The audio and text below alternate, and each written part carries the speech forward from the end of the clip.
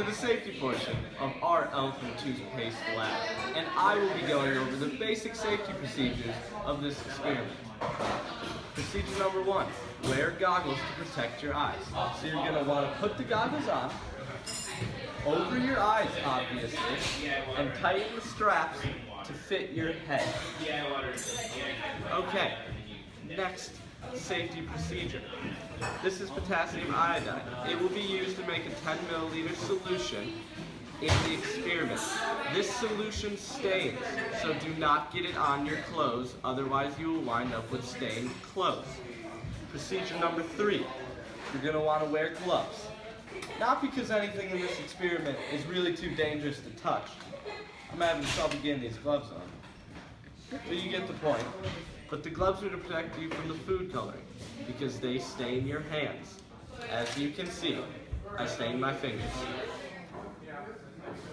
Welcome to the calculations portion of our elephant toothpaste experiment. The first calculation we did was to calculate the liters of oxygen gas produced in the experiment. So what you want to start with is your 15 milliliters of hydrogen peroxide.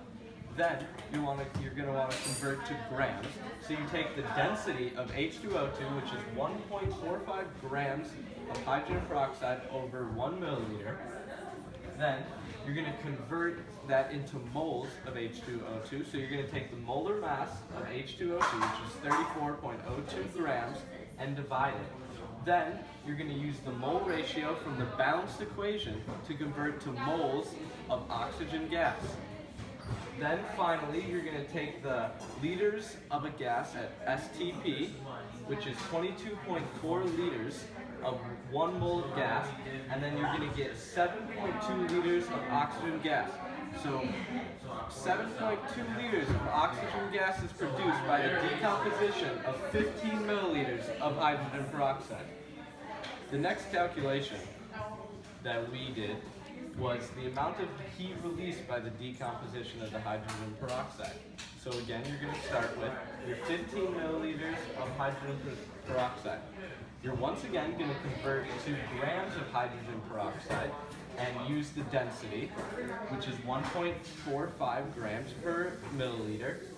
Then you're going to convert to moles of hydrogen peroxide using the molar mass, which is 34.02 grams of hydrogen peroxide. Then you're going to use the heat of formation to calculate the amount of heat released in kilojoules by the decomposition of 15 milliliters of hydrogen peroxide. The heat of formation is negative 196 kilojoules per mole. So you're going to multiply that by the amount of moles of hydrogen peroxide, and you're going to get 125 kilojoules of heat released from the decomposition of 15 milliliters of hydrogen peroxide. To the experiment portion of our elephant toothpaste experiment. Now we are going to make a saturated solution of potassium iodide. First you start with a beaker, then you pour 10 milliliters of water into the beaker. Next, you have 12.8 grams of potassium iodide. This is based off the solubility of how much is per liter, and then we did the calculations to find 12.8 grams per 10 milliliters.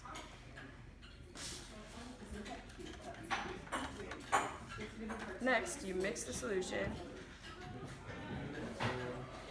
and then you have a saturated potassium iodide solution. First,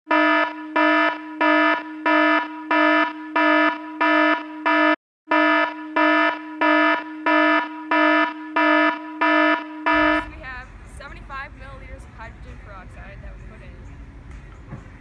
Yeah. Then you pour in dishwashing detergent. Excess. Dishwashing detergent. Uh-huh. And then we're going to add food coloring to the sides. And then What are the sides?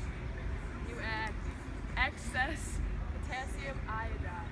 Alright, be ready to jump back. Woo! Oh, that was way better than I thought it would be. Woo! And then it explodes. How cute. Actually, that's colorful. That's great. Yeah, so actually if you Wow. took a flame to That's it right fun. away when it first started. The oxygen had caused the flame to go a lot bigger. And it does really look like toothpaste But it Yeah, looks not cool. really. coming out of there. By the Well, way, coming out the viewers, side. that's oxygen trapped in those bubbles, released from the decomposition of hydrogen peroxide. Yeah, look at that. Can I touch it? No, probably not. No. Because there's iodine in